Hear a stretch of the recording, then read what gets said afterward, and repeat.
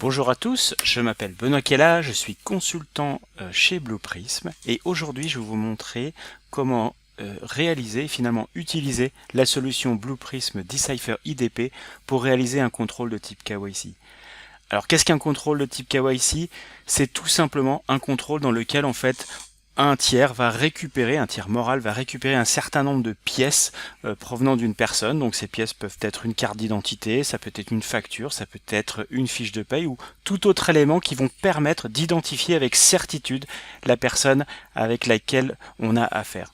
Donc dans l'exemple que je vais vous montrer, on va partir du principe que, par exemple, je suis une banque, je suis une compagnie d'assurance, n'importe. J'ai en face de moi une personne qui doit me confirmer son authentification, confirmer que c'est bien la bonne personne. Et pour cela, elle va m'envoyer un certain nombre de pièces, donc la carte d'identité, la facture et ces dernières fiches de paye. Dès que je vais réceptionner ces éléments, je vais devoir bien entendu identifier la nature de ces documents, donc identifier que la carte d'identité c'est bien une carte d'identité, que la facture c'est bien une facture, etc., etc. Et puis après, je vais effectuer un certain nombre de contrôles sur ces données. Je vais récupérer bien entendu les informations provenant de ces différents documents et je vais effectuer un certain nombre de contrôles, comme je le disais, pour vérifier par exemple que la facture c'est bien et bien une facture qui date de moins de 3 mois, que la carte d'identité est toujours en cours de validité, que tout simplement c'est bien la même personne qui est référencée dans tous les documents qui ont été envoyés. Et une fois que j'aurai effectué ces contrôles, eh bien j'ai envie que un processus robotique finalement me renvoie un rapport me spécifiant en fait le résultat de tous ces contrôles. Alors tout commence, comme je disais, par la réception des informations qui ont été données par la personne. Alors la personne, on va lui demander une carte d'identité, donc recto et verso. Donc parce que dans le verso, bien entendu, on retrouve la notion d'adresse, par exemple. On retrouve aussi la date de validité. Une facture qui devrait dater de moins de 6 mois, donc une petite facture toute simple, dans laquelle, bien entendu, on retrouve la bonne personne, la même adresse, parce qu'on a aussi besoin de vérifier l'adresse. Et puis la dernière fiche de paye de la personne, dans laquelle je vais retrouver, une fois de plus, les notions d'adresse, de nom, etc., que je vais devoir confronter entre tous les documents.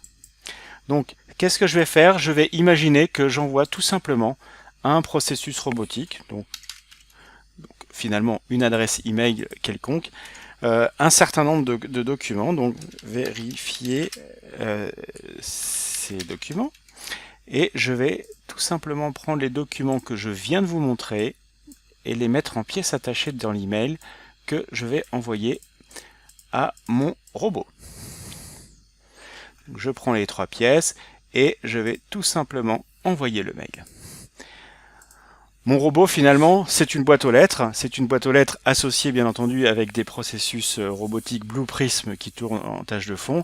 Et qu'est-ce que va faire Blue Prism? Voilà, il récupère l'email, il va déposer les pièces attachées, donc les 4 fichiers qui étaient sous forme de PDF et d'images, et les envoyer à Blue Prism Decipher IDP pour justement les 2 phases de traitement qui se décomposent en, d'une part, la classification, donc déterminer la nature du document auquel on a affaire, et la deuxième partie, ça va être de, bien entendu, récupérer les informations à partir de chaque nature de document.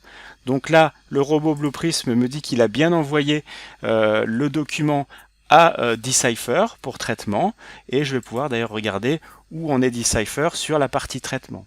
Donc quand Decipher met en place un traitement, il y a un certain nombre bien entendu d'étapes.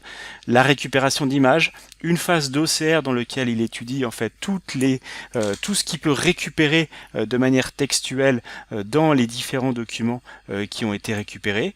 Ensuite, une phase de classification dans laquelle l'idée est de déterminer la nature du document.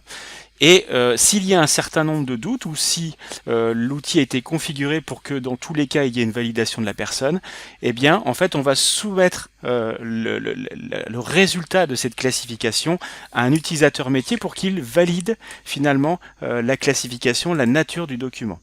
Donc c'est ce qu'on va voir ici. Donc je me connecte en tant qu'utilisateur et ici je vais voir en fait les différents documents. Donc je retrouve ma carte d'identité, recto verso, ma fiche de paye, et puis bien entendu ma facture. Donc, si je clique sur chaque document, bien évidemment, je peux voir en fait réellement le document tel qu'il est proposé. Et surtout, vous voyez qu'en haut, je retrouve le scoring en fait de la classification tel qu'il a été exécuté par Decipher. Donc à 99,9%, je suis sûr que ce document est bien une facture. Là, je suis certain que c'est une fiche de paye.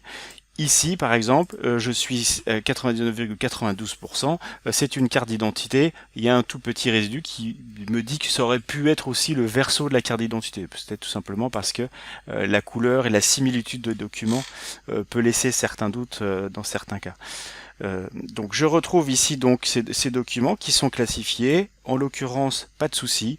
Je peux confirmer, moi en tant qu'utilisateur, que chaque document a bien été récupéré dans sa nature.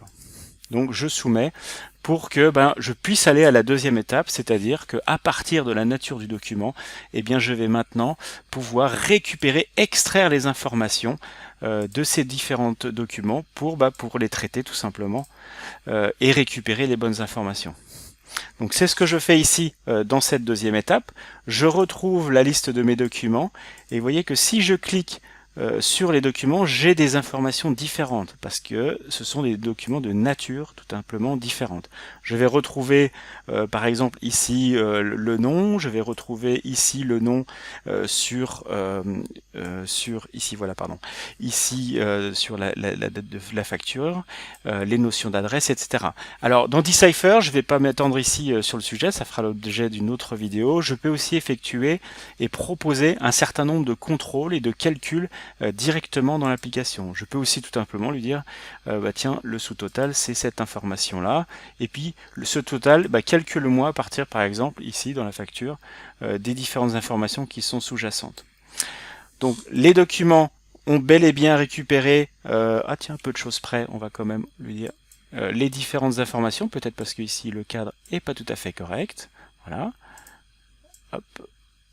Donc je peux corriger en tant qu'utilisateur les différentes informations et je vais soumettre l'information une fois de plus ici au robot Blue Prism pour qu'il exécute les différents contrôles, comme je disais, KYC, et qui me propose en fait un rapport, qui me crée ce fameux rapport et qui me le renvoie donc par email pour que je puisse regarder un petit peu le résultat de ce contrôle KYC. Et voilà, donc le robot a fait son travail, il a créé donc le rapport à la suite de tous les contrôles sur les différentes données qui ont été récupérées, et maintenant il m'a renvoyé un email pour me proposer en fait le résultat sous forme ici d'un fichier Excel du rapport présentant tous les contrôles qui ont été effectués. Donc je vais retrouver ici donc les informations provenant de la carte d'identité, je vais retrouver l'âge qui a été calculé automatiquement, le sexe, la nationalité, les différentes informations, vous vous en souvenez, qui provenaient de l'adresse. Ici, je peux notamment constater qu'il y a des différences entre les adresses qui ont été constatées sur les différents documents. Par contre, je n'ai pas de souci au travers des noms, donc ce sont bel et bien des documents qui proviennent des mêmes noms, mais il peut s'agir bien entendu d'homonymes. Donc je retrouve toutes les informations consolidées ici dans ce rapport qui a été réalisé par un processus robotique Blue Prism.